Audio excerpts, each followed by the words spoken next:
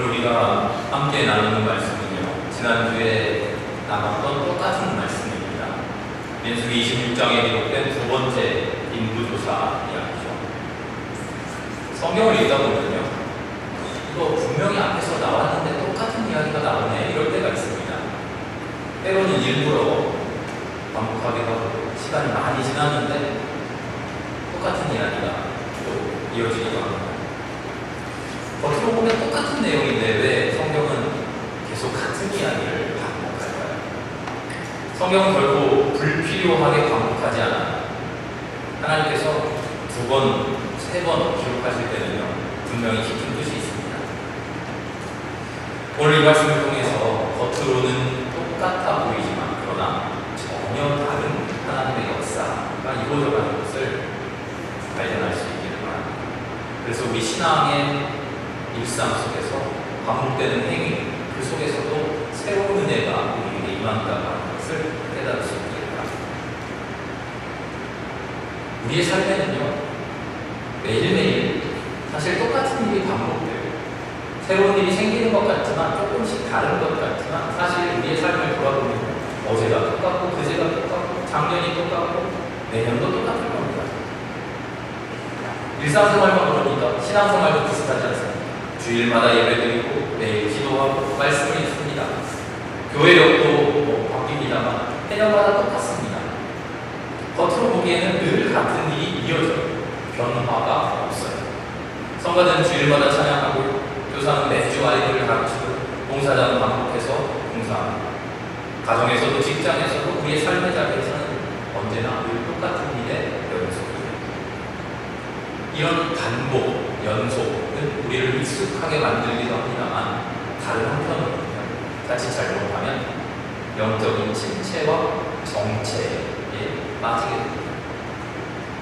그 이유는 그 반복 자체가 문제가 있는 게 아니고 반복된다라고 하는 사실을 받아들이는 우리 사람의 마음이 문제가 있는 것이죠.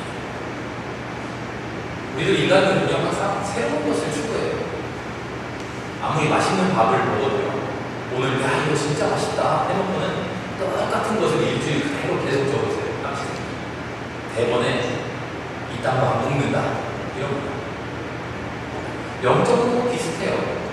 하나님을 섬기고 신앙생활 하는데요, 비슷한 일, 같은 일이 매번 반복되면 어느 순간 우리의 마음속에서 반복이라고 하는 외적인 모습에 질린 나머지 그 일의 본질을 망각합니다.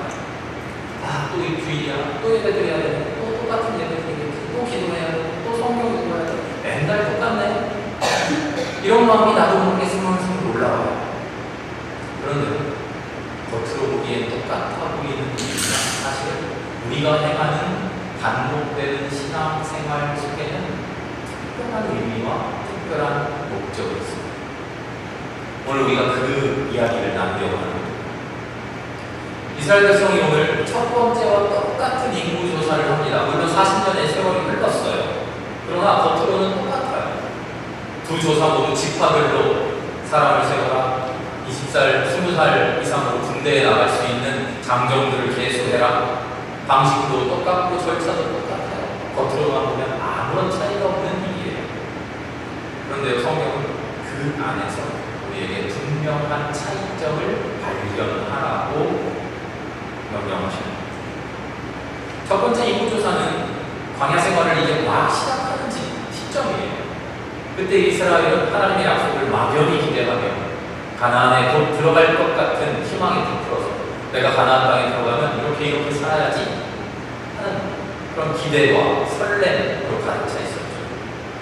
그런데 오늘 두 번째 인구조사는 광야 40년이 지난 끝자락 가나안 땅에 들어가기 직전입니다. 그 사이에 무슨 일이 있었죠?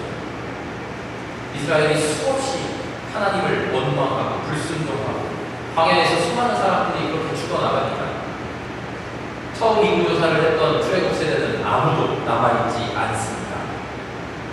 두 번째 인구조사는 첫 번째 인구조사와 그래서 전혀 다릅니다. 단순한 숫자의 기록이 아니라 광야의 실패를 넘어선 새로운 세대에 대한 기록이에요. 하나님이 우리를 계수하실 때, 하나님이 하나님의 땅으로 우리를 인도해 주실 때 우리가 어떤 상태였는가를 첫 번째 인구조사에서 절실히 적나라하게 드러내줬던 거예요. 40년이 지난 후에 우리의 상태는 어떻게 달라져 있는가? 40년 동안 우리는 어떤 성숙을 했는가? 40년 동안 우리는 어떻게 신앙의 발전을 했는가 하는 것을 두 번째 인물들을 통해서 하나님 앞에 내어놓는 거죠. 매일매일 똑같은 예배를 드리는 것 같습니까? 어제와 지난주와 그 지난주와 작년에 드렸던 똑같은 예배를 드리는 것 같습니까? 전혀 그렇지 않아요. 오늘 드리는 예배는요, 지난주에 우리가 일주일간을 살아내고 새로운 모습으로 하나님 나 이렇게 살았습니다. 하나님 나 이렇게 새로운 사람 됐습니다. 하나님 나 이렇게 새롭게 하나님의 은혜를 경험했습니다. 하나님 나 이렇게 새롭게 결단하고 새롭게 살아가겠습니다 하는 그 각오를 가지고 하나님을 만나는 시간입니다.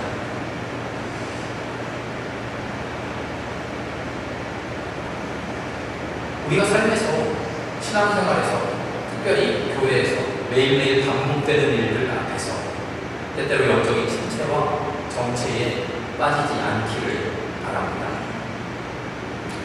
우리가 이 반복되는 것을 매번 새로우로 어떻게 극복할 수 있을까? 그 실마리는요, 우리가 추구하고자 하는 삶의 목적이 어디에 있는가를 매번 다시 고민하는 거예요. 신앙생활하는 목적이 뭘까? 내가 하나님을 왜 믿는가? 나는 이 시간 이 예배의 자리에 왜 나와 있는 거냐? 찬양을 예로 들면 젊은 사람들은요, 새 찬양을 부르기 시작해요. 새로운 찬양이 막 만들어져요. 새로운 찬양이 나와요. 그럼 그 찬양을 배우고 따라 부르고 싶어요. 왜 그럴까요? 새로운 노래에 대한 욕구가 있죠. 반대로 어르신들은 어떤 자세요? 예전에 불렀던 찬양을 다시 부르고 싶어 하시고. 왜 그렇습니까? 익숙한 노래를 통한 안정감에 대한 욕구가 있는 거죠. 문제는요, 젊은이가 틀렸다, 어르신들이 틀렸다, 그런 이야기가 아닙니다. 문제는 이 찬양이 내가 원하는 찬양이냐라고 내가 부르고 있다는 거예요. 찬양 자체에 집중할 수 있느냐? 하나님은 우리에게 그걸 물으셔요. 어떤 찬양이든지 오로지 하나님께 찬양한다고 하는, 경배한다고 하는 그 마음을 가지고 그 찬양에 집중하는 게 중요해요. 내가 잘하는 찬양이냐, 아니면 새로 배우는 찬양이냐, 어려운 찬양이냐, 부르기 쉬우냐, 그런 게 중요하지 않아요. 이 찬양이 내 마음에 드느냐, 그게 중요한 게 아니에요. 잘 모르는 찬양이라도 하나님을 경배하는 마음, 하나님을 사랑하는 마음으로 그 마음에 푹 젖어있고 그 가사를 음미하면서 그 멜로디를 내가 사랑함으로 하나님께 올려드리는 거예요. 진심을 다해 노래하려고 집중하고 있는 거예요. 반대로 오늘도 똑같은 찬양 또 부르네, 불평하면 안 돼요. 그 안에 담긴 찬양과 경배에 온전히 집중할 수 있느냐? 내가 한번 아는 찬양이라고 한번 부르면 끝납니까? 아니죠. 똑같은 찬양을 매번 부르고 또 부를 때 그 찬양 속에서 하나님이 우리에게 주시는 깊은 은혜는 날마다 새롭게 솟아올라요. 반복은요, 왜 지루할까요? 반복을 한다면 왜 침체될까요? 우리가 얻고자 하는 즐거움이 인간적인 즐거움에 머무를 때 반복이 침체되고 반복이 지루해져요. 똑같은 일을 하면서 그 똑같은 일이 지루해지는 순간은 그 일에서 얻는 나의 재미가 떨어질 거예요. 하나님은 그래서 일부러 우리의 삶을 끝없이 반복시키셔요. 이게 중요합니다. 하나님을 경배하는 일, 하나님을 찬양하는 일이 요거밖에 안 돼서, 많지 않고 요거밖에 안 돼서 그 작은 거를 반복하느라 우리가 지치고 우리가 지루해하는 그런 게 아니고요. 하나님은 우리에게 일부러 똑같은 일을 반복하게 시키신다는 거예요. 왜 그럽니까? 일부러 지루하게 하시고 일부러 재미없게 만드셔요. 그 안에 숨어있는 인간적인 즐거움들을 하나하나 제거하시는 거예요. 무슨 말입니까? 그 안에 깊이 존재하고 있는 신적 즐거움, 영적 즐거움을 우리가 그것으로 즐거워하는 게 아니라 그 겉에 뿌려져 있는 설탕가루처럼 그 위에 뿌려져 있는 인간적인 즐거움만 취하고 본질적인 즐거움으로 들어오지 못하고 있어요. 그래서 설탕가루 다 빨아먹은 다음에는 던져버리고 다른 거 찾는단 말이에요. 그래서 하나님은 똑같은 일을 지루하게 지루하게 반복시켜요. 우리가 처음에 혹할 수 있는, 처음에 끌릴 수 있는 설명가로 그런 거 걷어내고 사라지고 입맛에 맞지 않고 마음에 들지 않고 지루해지고 재미없어질 때까지 우리를 인도해가줘요. 왜? 그 안에서 인간적인 즐거움이 아니라 신적인 즐거움을 찾으라고 인도하시는 거예요. 매일매일 똑같은 기도가 반복된다고 그 기도가 무의미할까요? 우리가 똑같은 기도로 무릎 꿇으면 하나님이 이거 어저께 했던 기도를 또 하네, 작년에 했던 기도 또 하네 하고 하나님이 그 기도 안 들으실까요? 아니에요. 오히려 같은 기도로 매달리는데 하나님은 우리를 어렵게 보시죠. 만약 우리의 신앙이 지루하게 느껴진다면, 예배가 똑같은 예배, 똑같은 찬양, 똑같이 읽던 성경, 무의미한 반복처럼 느껴진다면 우리는 그 안에 있는 진짜 즐거움을 아직 찾지 못한 것일 수 있습니다. 예배가 지루합니까? 예배 자리에 오면서 오늘도 똑같이 머릿속으로 그려지잖아요. 예배 순서가 이렇게 진행되고 이렇게 하겠지. 똑같은 한 시간 어떻게 가나, 이런 마음으로 오십니까? 아니면 오늘은 하나님 나에게 어떤 마음을 주실까? 오늘은 예배 속에 어떤 새로운 기쁨을, 새로운 은혜를 주실까? 그런 소망을 주십니다. 신앙생활 속에는 가짜 즐거움이 숨어있어요. 그런 가짜 즐거움이 어디에서 나타납니까? 첫 번째 인구조사를 했던 이스라엘 사람들의 마음 속에 가득 숨어있어요. 하나님이 가나안 땅을 주시고자 하는 것은, 하나님이 하나님의 백성을 너희는 내 백성이다 하시는 것은요, 하나님의 뜻대로 살아가는 사람들을 만들고 싶으신 거예요. 하나님의 뜻이 이루어지는 새 세상을 만들고 싶으신 거예요. 그런데 가나안 목전에는 인구조사를 하고 있는 이스라엘 사람들 어땠습니까? 가나안 땅 들어가면 이것도 해야 돼, 저것도 해야 돼 하고 하나님의 뜻은 뒤편이고 자기 마음, 자기 욕심, 자기 계획으로만 가득 차 있었어요. 그래서 그것을 걷어내는 과정이 광야 40년이나 걸렸던 거죠. 이제 두 번째 인구조사를 합니다. 똑같은 인구조사입니까? 아니에요. 그 안에 새로운 마음으로 하나님을 만나고 있습니다. 예배를 매일 드립니다. 똑같은 예배입니까? 아니에요. 우리는 새로운 마음으로 오늘 하나님을 만나야 해요. 똑같은 찬양을 부릅니다. 똑같은 찬양입니까? 아니에요. 새로운 마음으로 온전히 새 사람 되어서 하나님을 찬양하고 경배하는 거예요. 하나님이 주시는 영적 즐거움이 아니라 나의 기분 전환을 위해 신앙생활하면 안 됩니다.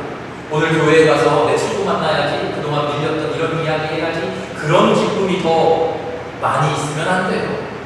하나님 앞에 진정한 모든 것을 내려놓는 회개가 아니라 하나님 앞에 기도하고서 내 마음 후련해지는 것, 그것을 바라는 회개, 그런 회개를 하면 안 돼요. 하나님 나라를 위한 봉사와 헌신이 아니라 신실한 사람, 훌륭한 사람이라는 칭찬과 박수에 으쓱하기 위해서 봉사, 헌신하는 것, 거룩한 섬김으로 교제하는 게 아니라 세상적인 인간관계의 즐거움 찾기 위해서 친구 만나려고 나오는 거예요. 그런 신앙생활, 그것은요, 아까 말씀드렸듯이 껍데기에 붙어있는 설탕, 우리가 그런 것들에 취해서 교회 나가면 재밌어, 교회 나가면 달콤한 것 있어, 그렇게 오시면 안 돼요. 그런 것들을 반복과 지구함을 통해서 탈탈 털어요. 물론 그런 것도 좋지요.